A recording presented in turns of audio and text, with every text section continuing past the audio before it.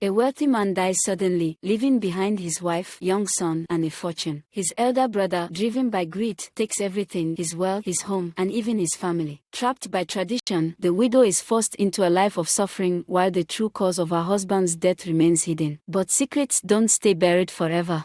This is a story of betrayal, greed, and justice. If you're new here, subscribe to Savannah Storytime to support us and help us bring more powerful stories your way.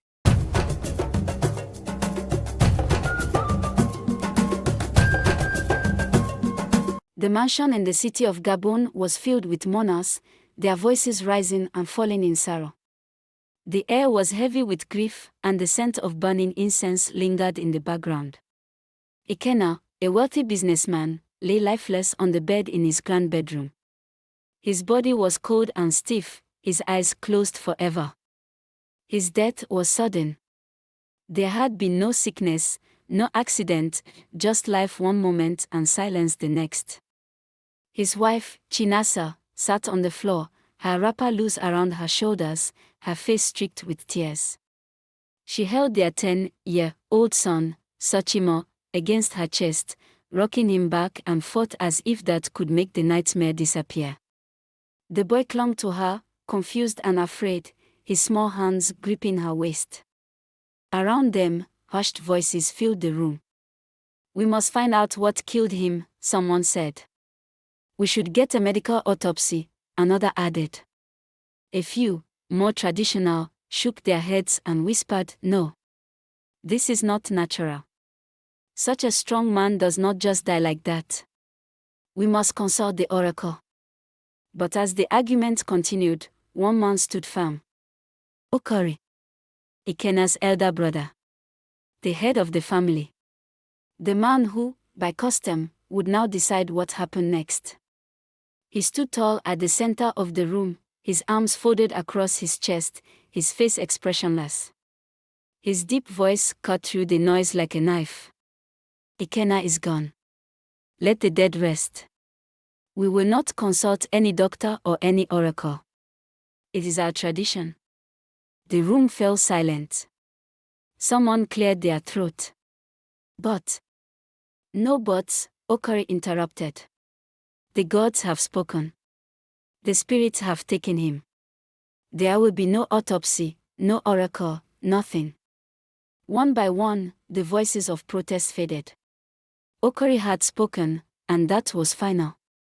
Chinasa, one of the elders, called, his voice firm. "You are still part of this family.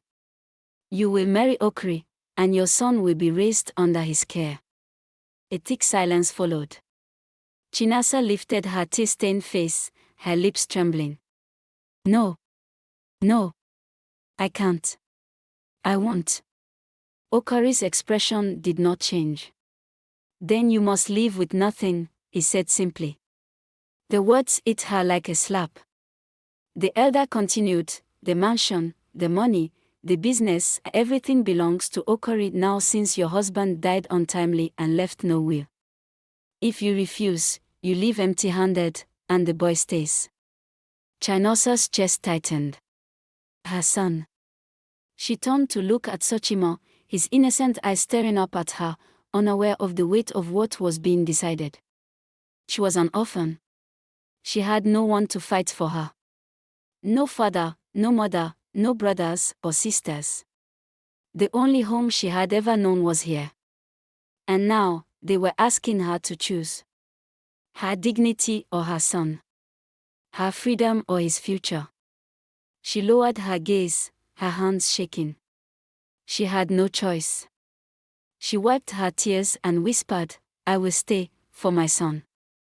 And just like that, her fate was sealed, and the mansion, once filled with laughter and warmth, turned into a prison for Chinasa and her son. Okori moved in from the village with his 3 wives and 7 children, bringing chaos with them. Nwakigo, Ifeoma, and Uju were nothing like Ikena's wife. They were loud, crude, and unbothered by city manners. They had lived in the village all their lives, and now, stepping into luxury, they took control like queens who had won a throne. From the first day, they made it clear, Chinasa was no longer the madam of the house. "Look at this city woman, forming high class," Nokigo sneered as she chewed noisily on a piece of meat. "She thinks she's better than us just because she married a rich man." Ifeoma laughed, smacking her oily fingers against her wrapper. "Let's see how she survives in our husband's house now," Uju muttered, her tone sharp with jealousy. They refused to let Chinasa eat at the same table with them. They dirtied the house on purpose and forced her to clean up after them. They left piles of unwashed dishes in the kitchen and mocked her when she tried to cook for herself and Saw-chee-mah. "Go and eat with your dead husband," Nokigo spat one night, snatching the pot of soup from the stove. Chinasa swallowed the lump in her throat and held Saw-chee-mah close. She would endure it. She had to, for him. Okori did nothing to stop them. He barely looked at Chinasa anymore. His focus was on his newfound wealth. In his eyes, she was nothing but an extra problem, one that would eventually fade. "Let them suffer," he told his wives one night as they laughed over their new jewelry. "The boy is the only problem now. But there's no need to worry, Ikenna never wrote a will." He had confirmed it. He had asked the lawyer, Aneo, and the answer was final. There was no document protecting Chinasa or Saw-chee-mah. Every land, every business, every penny now belonged to him. He smiled to himself. The house was finally his. The wealth was his. And there was nothing anyone could do about it. Years passed, and Saw-chee-mah grew into a strong young man. He had endured the insults, the neglect, and the suffering. But he was no longer a helpless child. At almost 18, he stood tall and firm, shielding his mother from the cruelty of his uncle's wives. The three women, once confident in their position, now grew frustrated. They whispered among themselves, calling Chinasa a witch, blaming her for their misfortunes. But Saw-chee-mah was no longer silent. He stood up to them, met their taunts with defiance, and refused to let them break his mother. His 7 cousins had all left for different countries, studying in expensive schools paid for with his father's wealth. Meanwhile, he and his mother lived in the very house his father built, treated like unwanted guests. Then came his 18th birthday. The celebration was nothing but an obligation. The family gathered out of duty, not joy. The 3 wives sat on one side, their faces sour. Okori sat at the head of the table, pretending to be the generous guardian. Saw-chee-mah sat beside his mother, his jaw clenched, knowing they were only tolerating him because they had no choice. Then, the front door opened. A man walked in unannounced. "Lawyer Honoyo." Okori stiffened. The room fell silent. "There is something you all must see," the lawyer said, his voice calm but firm. He pulled out a flash drive and plugged it into the television. The screen flickered, and then a video began to play. Ikenna appeared on the screen. Gasps echoed in the room. Chinasa clutched her chest. Saw-chee-mah's hands curled into fists.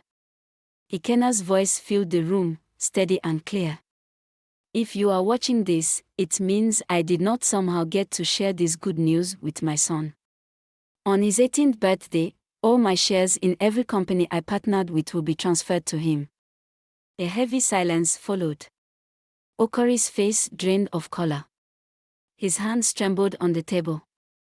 "This is a lie," he thundered, rising to his feet. "Ikenna never wrote a will." The lawyer met his glare with an unwavering stare.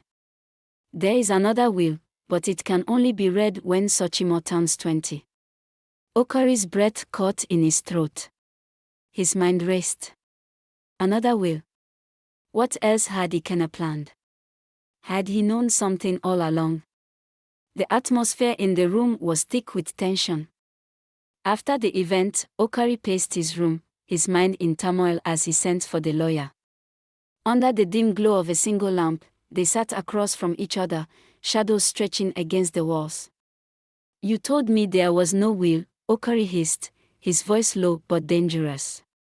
The lawyer exhaled heavily. He leaned forward and clasped his hands together. You and I both know what we did, he murmured. Okori's face twisted. I trusted you. You shouldn't have, the lawyer replied coldly. And then, the truth spilled out. They had planned it together. Okori, the envious older brother, had sought the lawyer's help to eliminate Ikenna.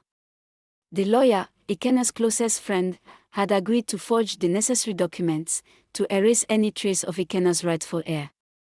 But there had been a deal. You promised me 20% of the wealth, the lawyer reminded him, his voice sharp. And you promised me something else. Okori's throat went dry. The woman, the lawyer said darkly. You promised me Chinasa. Okori had never honored their agreement. He had taken everything and given the lawyer only 5%.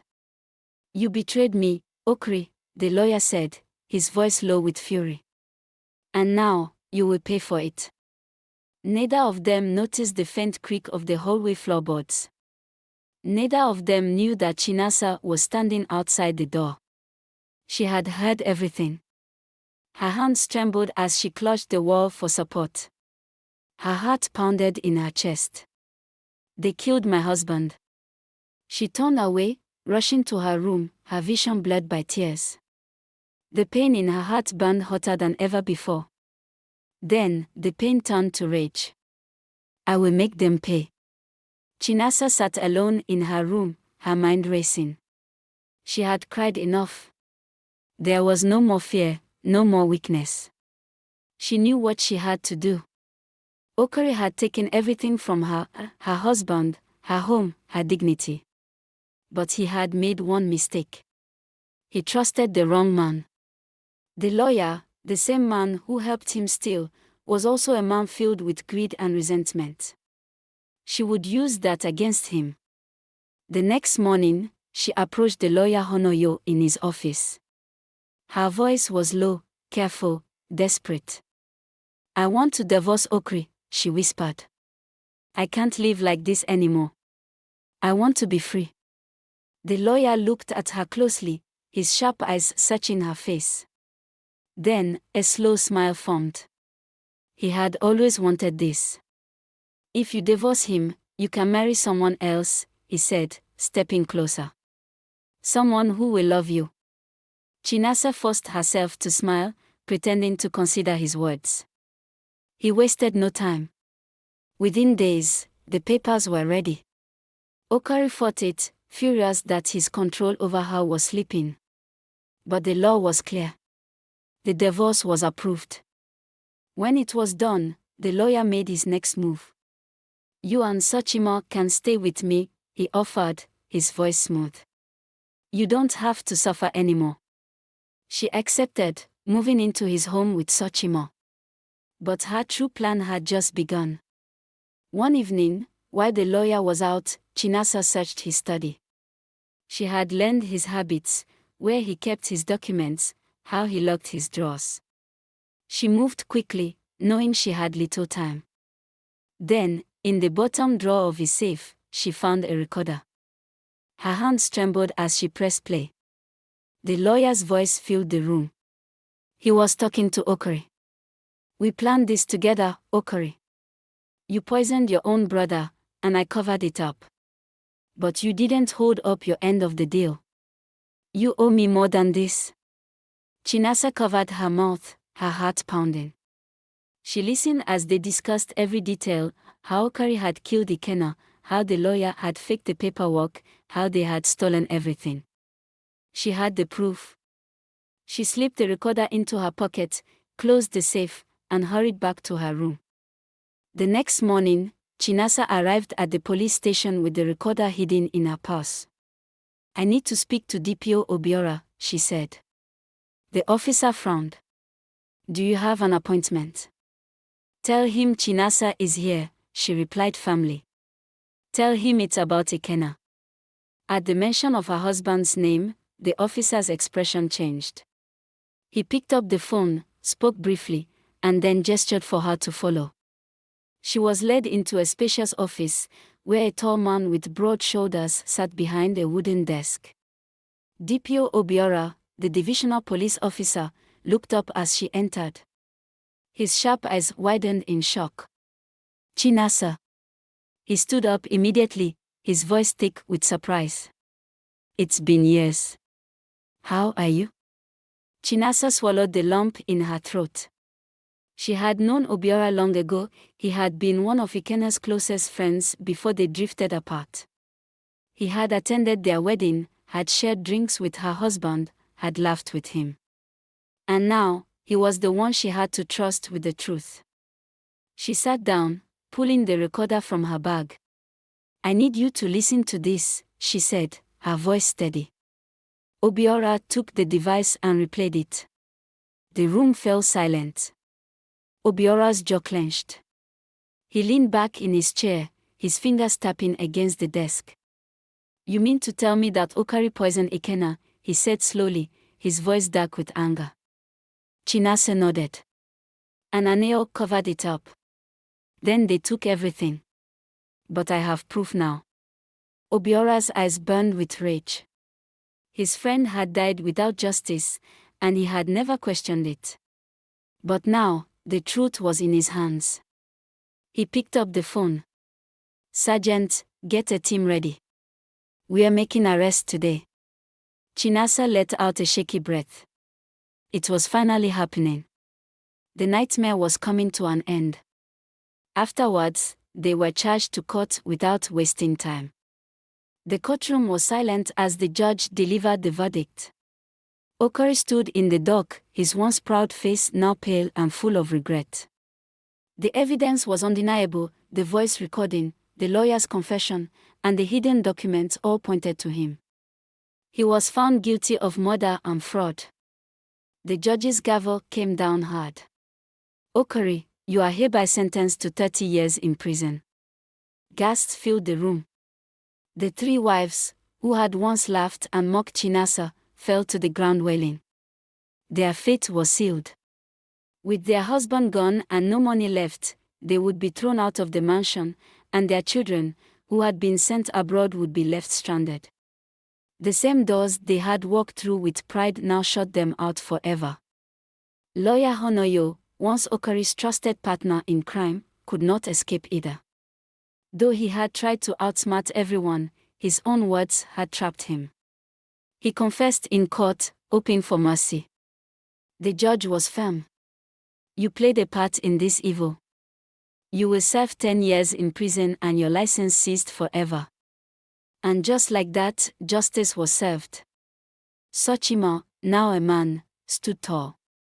For years, he had lived under his uncle's rule, watching his mother suffer in silence.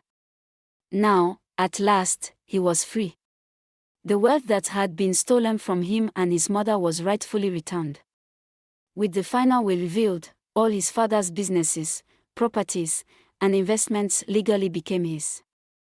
The mansion, once filled with sorrow, now belonged to him again. Chinasa, who had fought and endured years of pain, was finally free. She turned to her son, pride shining in her eyes. "Your father would be proud," she said softly. Saw-chee-mah took her hand and smiled. "We are free now, Mama. Finally free." In the end, greed destroyed Okari and his wives. He thought he could steal his brother's life, but evil never wins forever. The biggest lesson here is simple: greed and betrayal lead to downfall, while patience and truth always win. Chinasa suffered, but she never gave up. She fought for her son, and in the end, justice prevailed. No matter how long it takes, karma never forgets.